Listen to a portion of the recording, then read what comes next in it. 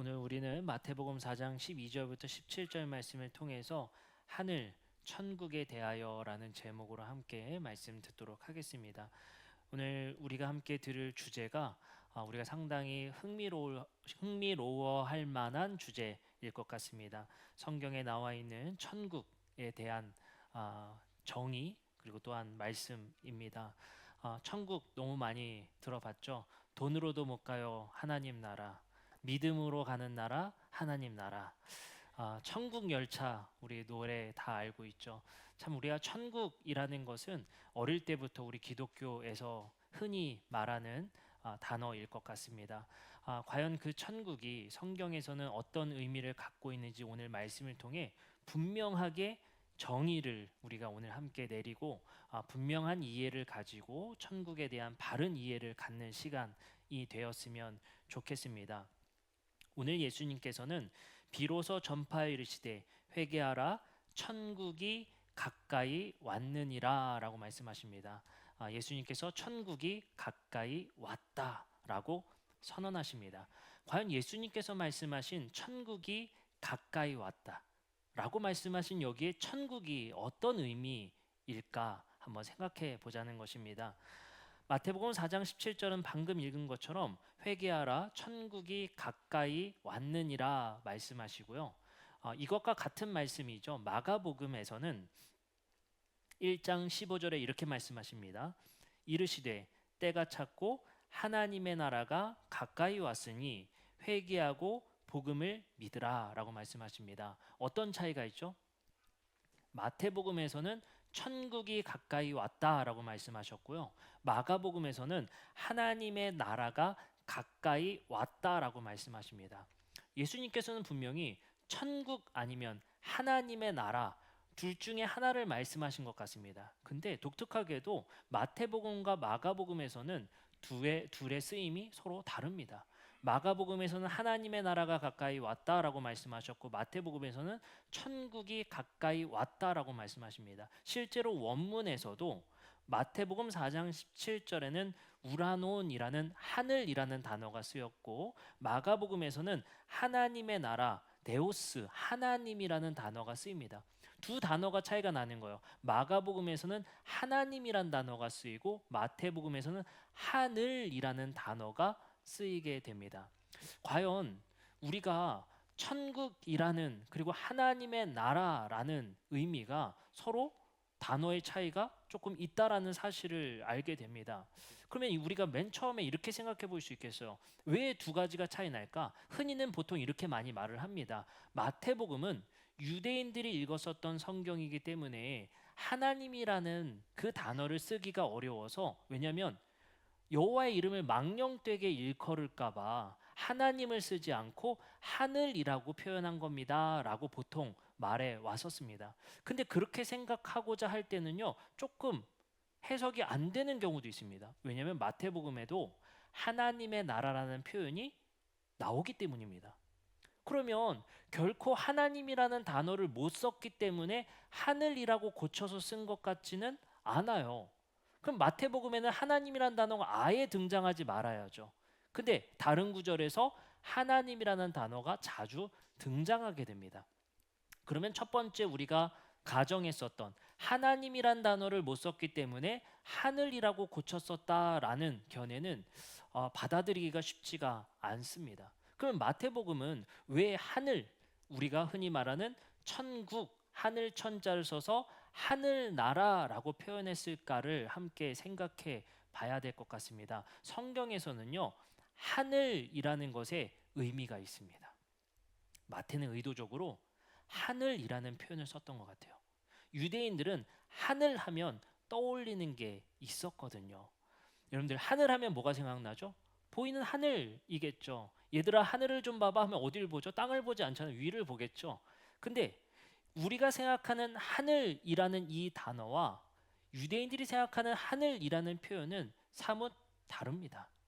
우리가 생각하는 하늘이라고 하면 공중, 스카이를 의미하지만 유대인들이 말하는 하늘은 우리가 보이는 가시적인 하늘을 의미하지 않습니다. 이것을 비가시적인 하늘, 우리가 보지 못하는 하늘의 의미가 있어요. 우리가 몇 가지 구절을 통해서 유대인들은 하늘이라는 단어를 어떻게 의미했고 생각했는지 살펴봤으면 좋겠습니다. 먼저 우리가 한번 봐야 할 구절은 출애굽기 25장 8절부터 9절의 말씀입니다. 하나님께서 모세에게 성막을 지을 때 이렇게 명령하십니다. 내가 그들 중에 거할 성소를 그들이 나를 위하여 짓되, 성소를 지으라는 거예요. 그러면서 너가 성막을 지을 때 어떻게 지어야 되냐면 하면서 말씀하십니다. 이렇게 말씀하세요. 무릇 내가 너에게 보이는 모양대로 장막을 지어라. 하나님께서 모세에게만 보여주신 거예요. 근데 우리는 알 수가 없죠. 뭘 보여줬는지 몰라요. 보여준 대로 그걸 보고 그대로 도면을 가지고 만든 게 성막입니다. 또 말씀이 있습니다. 25장 4절입니다. 너는 삼가 이 산에서 너에게 보인 양식대로 할지니라. 이 두 구절을 보니까요, 하나님은 모세에게 성막의 도면을 보여주셨던 것 같아요. 그 도면이 뭐였을까요? 신약 성서인 히브리서에서는 그 도면이 뭔지를 이렇게 말씀하십니다. 히브리서 8장 5절입니다. 그들이 섬기는 것은 하늘에 있는 것의 모형과 그림자라. 모세가 장막을 지으러 할 때 지시하심을 얻음과 같으니 라고 말합니다. 여기서 히브리서는 뭐라고 말하냐면요, 모세가 지은 것은 하늘의 모형이다 라고 말씀하세요. 하나님께서 모세에게 보여주신 것은 바로 하늘입니다. 하늘을 모형으로 만든 게 성막, 성전이 되게 되는 거예요. 그게 바로 모세에게 하나님께서 보여주신 도면이었습니다. 아직도 뭔지 모르겠어요. 근데 보여주신 건 하늘인 것 같아요. 그럼 하늘은 뭘까요? 열왕기상 8장 30절의 말씀에 보면 이렇게 말씀하십니다. 주의 종과 주의 백성 이스라엘이 이곳을 향하여 기도할 때에 주는 그 간구하심을 들으시되 주께서 계신 곳, 어디요? 하늘에서라고 말씀하세요. 하늘은요, 하나님이 계신 곳, 우리의 기도를 들으시는 하나님이 계신 곳의 의미를 갖고 있다는 걸 알 수 있습니다. 장소죠. 어떤 장소요?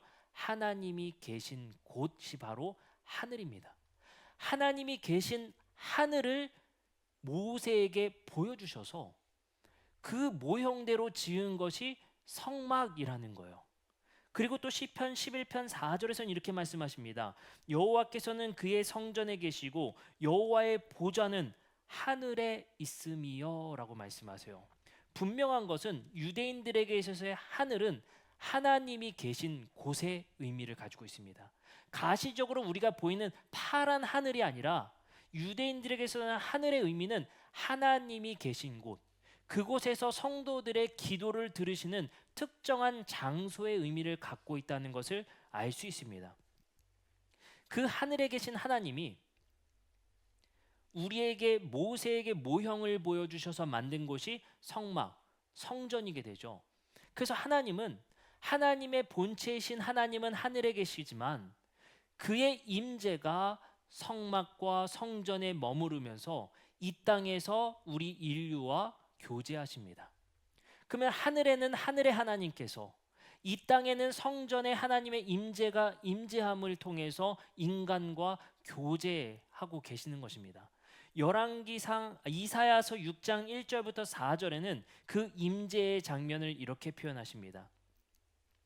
우시야 왕이 죽던 때에 내가 본즉 주께서 높인 들린 보좌가 앉으셨는데 그의 옷자락은 성전에 가득하였고 스랍들이 모시고 섰는데 각기 6날개가 있어 그 둘로는 자기의 얼굴을 가리었고 그 둘로는 자기의 발을 가리었고 그 둘로는 날며 서로 불러 이르되 거룩하다 거룩하다 거룩하다 만군의 여호와여 그의 영광이 온 땅에 충만하도다 하더라. 이같이 화답하는 자의 소리로 말미암아 문지방의 터가 요동하며 성전의 연기가 충만하더라 라고 쓰여 있습니다. 1절만 다시 보면요, 우시야 왕이 죽던 때에 내가 본즉 주께서 높이 들린 보좌에 앉으셨는데 그의 옷자락은 성전에 가득하였다.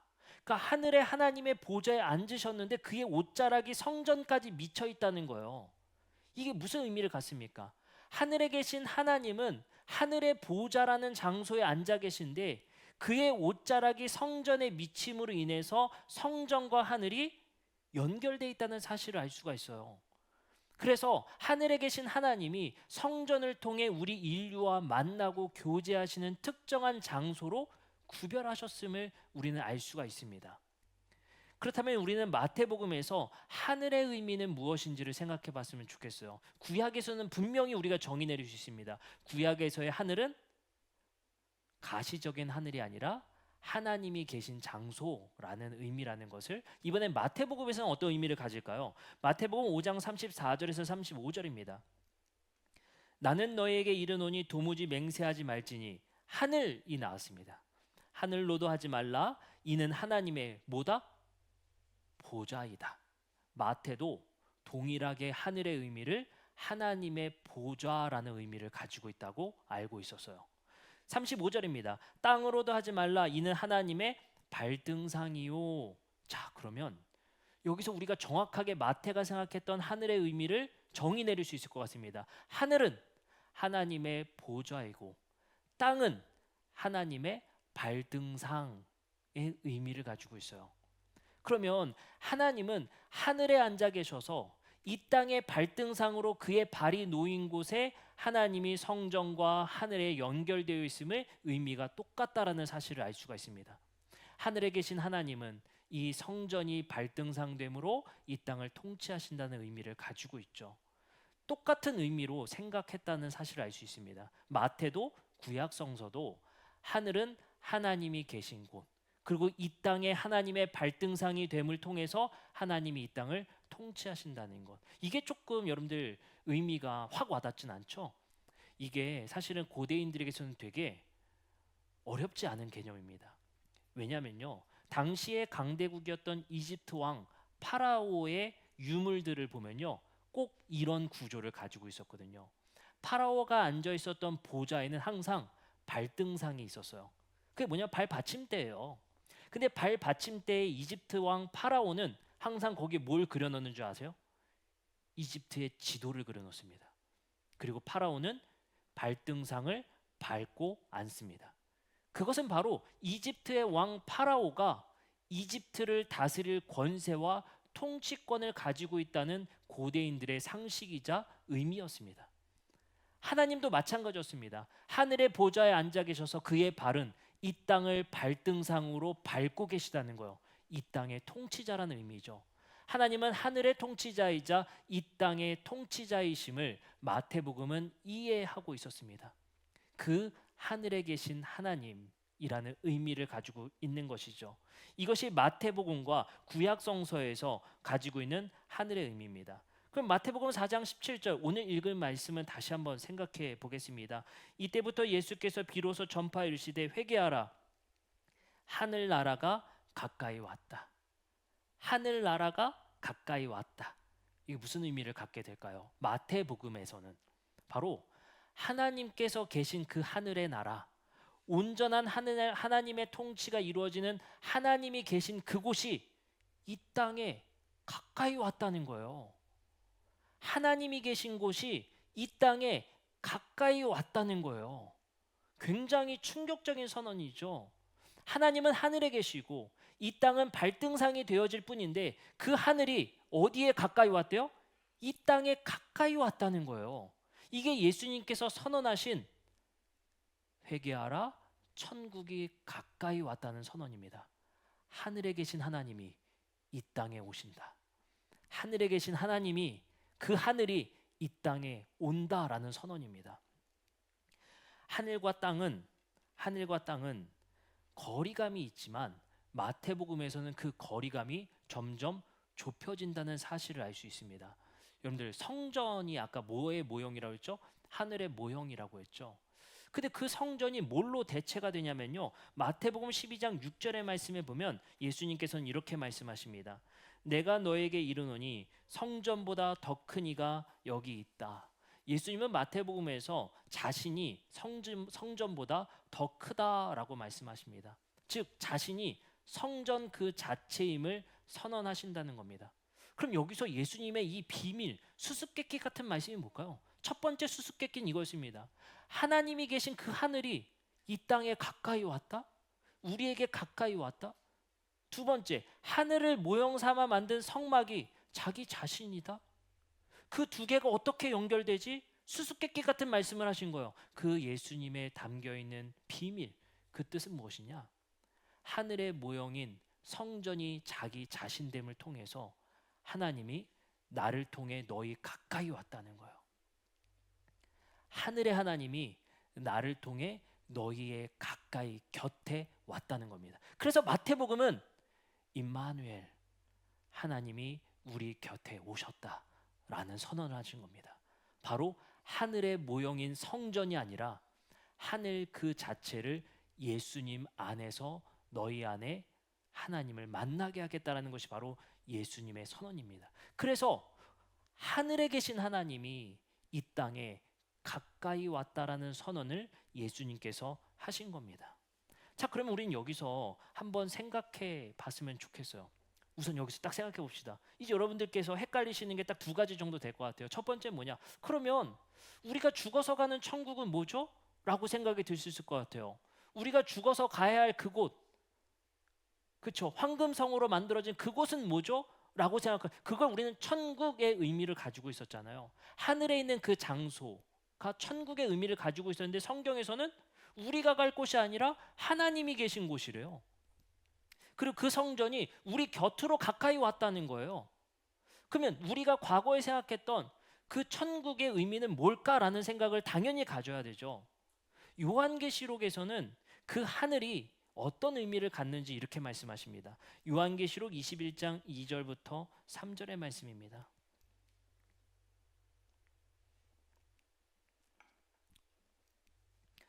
또 내가 보매 거룩한 성 새 예루살렘이 하나님께로부터 어디서 내려와요? 하늘에서 내려오니, 이렇게 써 있어요. 거룩한 성 새 예루살렘은 하나님의 성전, 하나님의 하늘의 보좌인 것 같습니다. 그것이 하늘에 있다고 했잖아요. 하나님이 계신 곳이 하늘이라고 했습니다. 그 하늘이 뭐 한대요? 내려온다는 거예요. 어디로요? 땅으로. 이게 예수님이 선언했던 것과 거의 일치하는 견해입니다. 예수님 뭐라고 말씀하셨죠? 하늘의 나라가 가까이 왔다. 하늘의 나라가 너희 곁에 왔다. 요한계시록은 뭐라고 말합니까? 하늘에서 땅으로 내려온다라고 표현하고 있어요. 그러면 예수님의 견해도 그렇고 요한계시록의 저자의 견해도 천국은 우리가 갈 곳이 아니라 우리 곁으로 오는 곳입니다. 천국은 우리가 가야 할 대망의 갈망의 장소가 아니라 천국은 우리 곁으로 오게 되는 거예요. 그래서 오해하지 않으셨으면 좋겠어요. 천국은 내세가 없는 이야기가 아니라 천국은 하나님께서 이 땅에 오시는 이야기예요. 하늘이 이 땅에 우리 곁으로 오는 이야기입니다. 그래서 우리는 천국을 죽어서 가는 곳이 아니라 천국이 우리 곁에 가까이 온 천국이 우리 곁에 오게 되는 겁니다. 예수님이 이렇게 선언하셨죠. 가까이 왔다. 요한계시록은 뭐예요? 하늘이 드디어 내려왔다. 그래서 우리는 우리가 살고 있는 이 세상이 완전한 하늘나라, 하나님이 계신 그 하늘과 이 땅은 구별되어져 있었는데 하나님이 계신 그 하늘이 이 땅으로 오시게 되는 겁니다. 그래서 이 땅이 하나님이 통치하는 온전함과 완전함으로 거듭나게 되어진다는 거예요. 그래서 여기서 우리가 오해하지 말아야 될 것은 천국은 없는 게 아니라 우리가 가야 할 곳이 없는 게 아니라 그 하늘나라는 하나님이 계신 곳이고 하나님이 이 땅에 친히 우리 곁으로 오시는 이야기입니다. 첫 번째 오는 게 뭐예요? 예수님 안에서 하늘나라가 우리 곁으로 가까이 오게 됩니다. 두 번째 하늘나라가 오는 이야기는 뭐죠? 하나님이 계신 그 하늘이 우리 곁으로 온전히 오게 되는 이야기를 가지고 있는 거예요. 그래서 우리는 그 하늘이 아직 완전히 이 땅에 내려오진 않았지만 우리는 이 땅에서 예수 안에서 하늘을 경험하게 됩니다. 더 이상 모형인 성전에서 하늘을 경험하는 게 아닙니다. 모형인 성막에서 하늘을 경험하는 게 아닙니다. 예수 안에서 우리는 하늘을 이 땅에서 경험하게 됩니다. 그래서 우리는 이 땅에 살아가지만 하늘나라를 함께 살아가는 자들이 바로 우리 성도들인 거예요. 하늘나라는 이미 예수 안에서 우리 곁에 오게 되었습니다. 더 이상 하나님의 발등상의 존재가 이 땅이 아니라 예수 안에서 하늘이 이 땅에 가까이 오게 됐다라는 선포가 바로 마태복음의 이야기입니다. 그럼 여러분들 일어나는 일이 뭘까요? 예수님은 마태복음에서 계속 반복적인 표현을 쓰는데 그게 뭔지 아세요? 하늘에 계신 우리 아버지, 하늘에 계신 우리 아버지는, 이런 표현을 되게 많이 쓰거든요. 그러니까 마태는요, 의도적으로 그 하늘이 이제 더 이상 하늘과 땅의 구별이 아니라 그 하늘이 우리 곁에 왔음을 말하고 싶어 하거든요. 그래서 이런 말씀이 있습니다. 마태복음 18장 18절부터 19절입니다. 진실로 너희에게 이르노니 무엇이든지 너희가 땅에서 매이면 하늘에서도 묶일 것이다. 무엇이든지 땅에서 풀어내면 하늘에서도 풀리게 될 것이다. 이게 이제 무슨 말인지 알겠죠? 마태복음은 하늘과 땅이 구별된 세상이 아니라 더 이상 예수 안에서 하늘이 이 땅에 가까이 왔기 때문에 이 땅에서 용서되면 하늘에서도 용서되고, 이 땅에서 너희가 정의로우면 하늘에서도 정의로운 자가 된다는 거예요. 그게 하늘의 평가와 땅의 평가가 이제 동일시되어지게 되는 것입니다. 그래서 마태는 이런 표현을 쓰죠. 너희가 이 땅에서 용서하지 않으면 하늘의 하나님도 용서하지 않는다. 그래서 두 개가 연결되는 거예요. 마태복음은 너희가 땅에서 사랑하지 않으면 하늘에서도 사랑하지 않는다는 거예요. 그 두 가지가 땅과 하늘이 연결된 세상을 마태복음은 얘기하는 것입니다. 그래서 예수님이 뭐라고 말씀하세요? 너희는 보물을 땅에 쌓지 마라, 하늘에 쌓으라 라고 말씀하시죠. 왜요? 이미 예수님의 세계관은요, 하늘과 땅이 연결됐거든요. 자신 안에서. 예수 안에서 성실하게 모아낸 그 재물은요, 하늘의 재물이 되게 된다는 거거든요. 그게 예수님의 말씀입니다. 이제 더 이상 죽음과 우리의 삶이 구분된 것이 아니라 우리의 이 삶 안에서 하늘과 땅이 합쳐진 세상을 살아가는 거예요. 더 이상 모형적인 세상이 아니에요. 모형을 통해 시청각으로 간접 체험하는 게 아니에요. 예수 안에서 하늘을 경험하게 되는 겁니다. 하늘의 세상은 어떻습니까? 온전한 사랑이 이루어지겠죠. 온전한 용서가 이루어지겠죠. 그것이 이 땅에서도 이루어질 수 있음을 예수님은 말씀하시는 거예요. 그게 이 땅에 내 안에서 가까이 왔다. 그런 세상을 너희는 이 땅에서 살 수 있다. 그것이 너희가 죽음 이후에 경험할 것이 아니라 이 땅의 교회 안에서 너희가 경험할 수 있다 라고 예수님이 선언하신 것이 천국이 가까이 왔다라고 말씀하시는 겁니다. 자, 그러면 우리가 이 말씀을 한번 보도록 하겠습니다. 마태복음 5장 48절입니다. 예수님께서 이렇게 말씀하시죠. 이 말씀을 이해하지 못하고 읽는다면 우리에게 엄청나게 부담스러운 말씀이 돼요. 그러므로 하늘에 계신 너희 아버지의 온전하심 같이 너희도 뭐하라? 할 수 있어요? 이 명령은 진짜 지우고 싶죠. 불가능한 얘기를 우리한테 하시면 어떡합니까? 하늘에 계신 하나님의 온전함처럼 너희도 이 땅에서 온전하라는 거예요. 이 수수께끼 같은 불가능에 가까운 이 이야기를 어떻게 우리에게 던지셨는가? 예수님은 말씀하시는 거예요. 우리가 이 땅에서 온전한 만큼 하늘에서도 온전해지기 때문에 두 개가 연결됐다는 사실을 예수님은 거듭 말씀하시는 거거든요. 하나님의 온전하심 같이 너희도 온전하라. 그것이 뭡니까? 하늘의 삶을 여기서 살아내라는 거거든요. 하늘에서 온전한 삶을 여기서도 온전히 살아내게끔 너희가 노력하라는 말씀입니다. 왜요? 하늘 가서 온전하자 이게 아니에요. 우리가 하늘이 이 땅에 오면 온전한 세상에 온전하자가 아니에요. 하늘이 온전한 것처럼 땅에서도 온전함을 이미 살아내라. 왜요? 이제 구분된 세상이 아니니까. 이 땅에서 온전함을 위해 열심히 사는 게 하늘에서도 온전한 삶으로 평가받으니까. 하늘 따로 땅 따로가 아니니까. 이제 땅에서의 삶이 하늘에서 인정받아지기 때문에 이 땅에서의 온전한 삶이 하늘에서도 평가받기 때문에 이 땅에서의 온전한 삶을 살아내길 바라는 것입니다. 그래서 우리는 이렇게 얘기하잖아요. 아, 목사님, 제가 좀 억울한 것 같아요.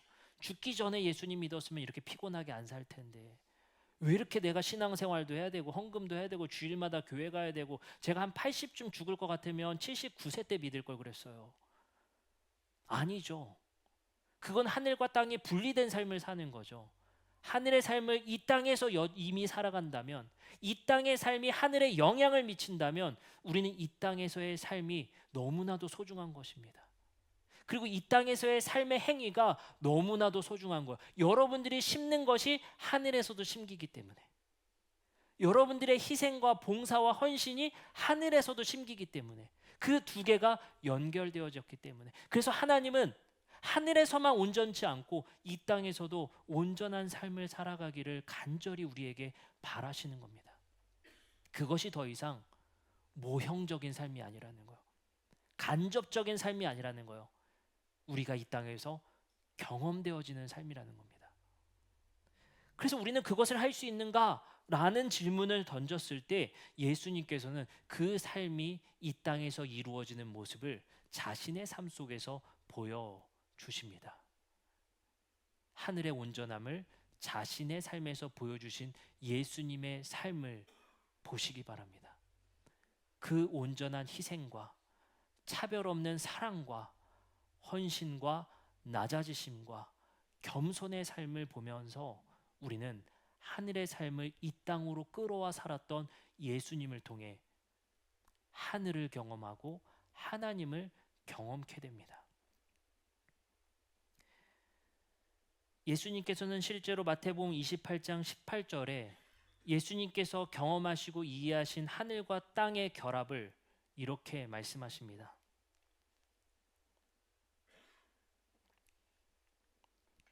예수께서 나와 말씀하여 이르시되 하나님은 나에게 하늘과 땅의 모든 권세를 나에게 주셨다. 바로 하늘과 땅이 예수 안에서 결합되어진다는 겁니다. 그 결합되어진 삶의 모델을 예수님께서 이 땅에서 살아내셨다는 거예요. 이제 우리는 하늘에 계신 우리 아버지여가 아니라 예수 안에서 만나는 아버지를 경험케 됩니다. 이제 더 이상 모형의 성전에서 하나님을 간접 경험하는 것, 그의 임재만 발자취만 느끼는 것이 아니라 예수 안에서 하늘에 계신 하나님을 경험케 되어지게 됩니다. 로마서 12장 5절에서는 이렇게 말씀하십니다. 이와 같이 우리 많은 사람이 그리스도 안에서 한 몸이 되어 서로 지체가 되었느니라. 바로 그리스도 안에서 하늘 가족이 되었다는 거예요. 그리스도 안에서 천국 가족이 되었다는 것입니다. 또 말씀하십니다. 요한복음 16장 32절에서 33절은 이렇게 말씀하십니다. 보라, 너희가 다 각각 제 곳으로 흩어지고 나를 혼자 둘 때가 오나니 벌써 왔도다. 그러나 내가 혼자 있는 것이 아니라 아버지께서 나와 함께 계시느니라. 아버지께서 나와 함께 계시느니라. 이것을 너희에게 이르는 것은 너희로 내 안에서 평안을 누리게 하려 함이라. 세상에서는 너희가 환난을 당하라. 담대하라. 내가 세상을 이기었노라. 우리는 예수 안에서 하늘을 경험합니다. 예수 안에서 하늘 가족을 소유하게 됩니다. 그래서 예수님께서는 이런 우리가 이해하기 어려운 말씀을 하시죠. 너희가 현세에서는 가족을 얻을 것이지만 너희가 하늘나라에서는 이것을 100배나 얻을 것이다. 바로 예수 안에서 하늘 가족을 소유하게 된다는 거예요. 우리는 예수 안에서 새로운 땅의 개념, 새로운 경제의 개념, 새로운 가족의 개념을 갖게 됩니다. 예수 안에서 새로운 사랑을 경험하게 되고 이 땅에서 경험하지 못하는 겸손을 배우게 되고 희생과 헌신을 통해 세워가는 하늘의 세상을 이 땅에서 경험하게 됩니다. 이것은 더 이상 간접 체험이 아니라 죽어서 경험하는 것이 아니라 하늘이 온전히 이 땅에 내려오기 전에 예수 안에서 그 하늘을 경험하게 된다는 것입니다. 저는 이 경험을 이렇게 생각해 봤으면 좋겠습니다. 저는 가끔 이런 생각을 합니다. 우리 인간이 진짜 순수할 수 있는가? 라는 생각을 해보게 돼요. 어제 전쟁 뉴스로 참 많이 놀랐을 것 같습니다. 다 정치적 명분은 있을 것 같습니다. 무엇에나 명분이 있어야 되겠죠. 그러나 그 명분 속에서 모두가 정의를 외치고 공의를 외치고 올바름을 외치고 옳음을 외칩니다. 그러나 우리는 거기에 큰 의문을 갖게 됩니다. 정말 그 안에 순수함이 있을까라는 생각입니다. 물론 그 시작은 정치도 그리고 그러한 명분도 순수한 동기에서 시작했다라고 말할 것입니다. 그러나 인간에게 진짜 그 순수함이 있는가라고 나 자신을 되돌아본다면, 내가 옆 사람을 도와주고 챙겨준다는 것에 정말 순수함이 있는가? 나는 정말 계산적이지 않는가?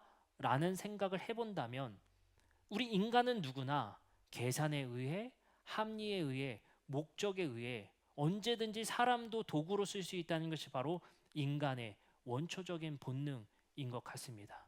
내 유익과 그리고 나에게 도움되는 것에 우리는 생각을 갖게 되게 됩니다. 그래서 사람을 언제든지 이용할 수도 있고, 언제든지 나는 내 목적의 달성을 위해 그 무엇이든지 도구로 사용할 수 있는 게 인간의 욕망 아니겠습니까? 그건 누구나 같을 것 같습니다. 그것은 우리의 인간의 한계이자 인간의 본능이라고도 생각해 볼 수 있을 것 같습니다. 우리는 그런 삶을 살고 있고 그러한 삶의 현장을 목격하고 있습니다. 저는 그러나 성경을 통해 예수님만이 그 진정한 순수의 동기와 희생과 사랑을 목격하게 됩니다. 저는 그 안에서 이 땅의 하늘이 무엇인지, 하나님이 계신 그 완전이 무엇인지를 예수 안에서 경험하게 됩니다. 아무런 이윤과 이득의 추구가 아닌 진정한 숭고한 희생과 사랑이 무엇인지 예수 안에서 발견하게 됩니다. 과연 우리는 그리스도인의 됨에 의해서 우리는 예수와 같은 순수한 사랑을 꿈꿀 수 있는가? 그것이 바로 하늘의 경험이자 교회의 하늘 가족의 경험이 아닐까 생각이 됩니다.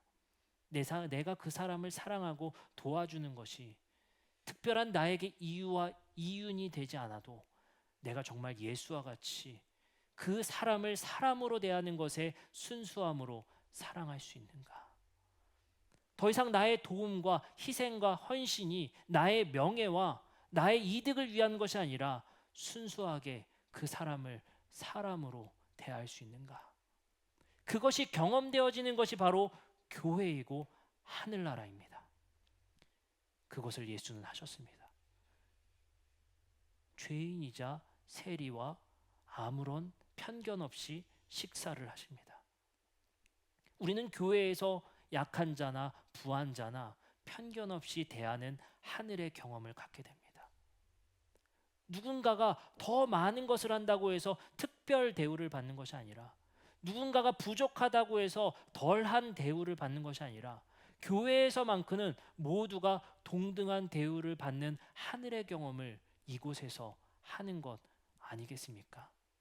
우리는 그 누구도 편견을 갖지 않고 판단하지 않으며 하늘의 가족을 대하는 것이, 그리고 순수한 사랑의 경험을 하는 것이 교회의 본질 아니겠습니까? 그게 바로 예수 안에서 우리가 이뤄내는 예수의 희생과 사랑의 연합입니다. 그렇죠? 저는 제 아이들만큼은 순수하게 사랑한다고 생각하는 줄 알았어요. 그러나 불쑥불쑥 그런 마음이 튀어나거든요. 내가 널 어떻게 키웠는데, 네가 나한테 이래. 가끔은 저희 아이들이 되게 섭섭한 얘기를 해요. 얼마 전에 제가 저희 하민이 하준이가 차에 타고 어린이집에서 오는데 제가 물어봤거든요. 너희 결혼하면 엄마 아빠랑 살 거야? 어떻게 할 거야? 했더니 미안한데 자주 올게 이러더라고요. 그래서 이걸 벌써 저는 좀 섭섭하더라고요. 왜냐면 그래도 나 아빠 집에 살고 싶어, 아빠랑 살래 이럴 줄 알았거든요. 자주 올게라고 하더라고요. 제 동기의 순수함이 깨지더라고요. 그 아이를 독립을 시키기 위해서, 그 아이의 인격 존재로서 그 아이의 성장만을 위해서 우리가 아이를 양육하지 않는다는 사실을 우리도 문득문득 깨닫게 되죠. 내가 이 아이에게 바라는 것이 무엇인가? 내가 이 아이를 통해 내가 원하는 목적은 무엇인가? 사람은 모두 목적이 있게 되어 있잖아요. 그러나 교회에서 경험하는 하늘 가족은 목적 없이 대하는 것, 사람을 도구로 대하지 않는 것, 내가 그 사람을 사람 그 자체로 사랑해 보는 것, 그 사람이 세리이든 죄인든 내 옆에 내 곁에 둘 수 있는 용기를 갖는 것, 그것이 바로 하늘나라의 삶일 것 같습니다. 이 시간 우리 함께 찬양하고 기도하는 시간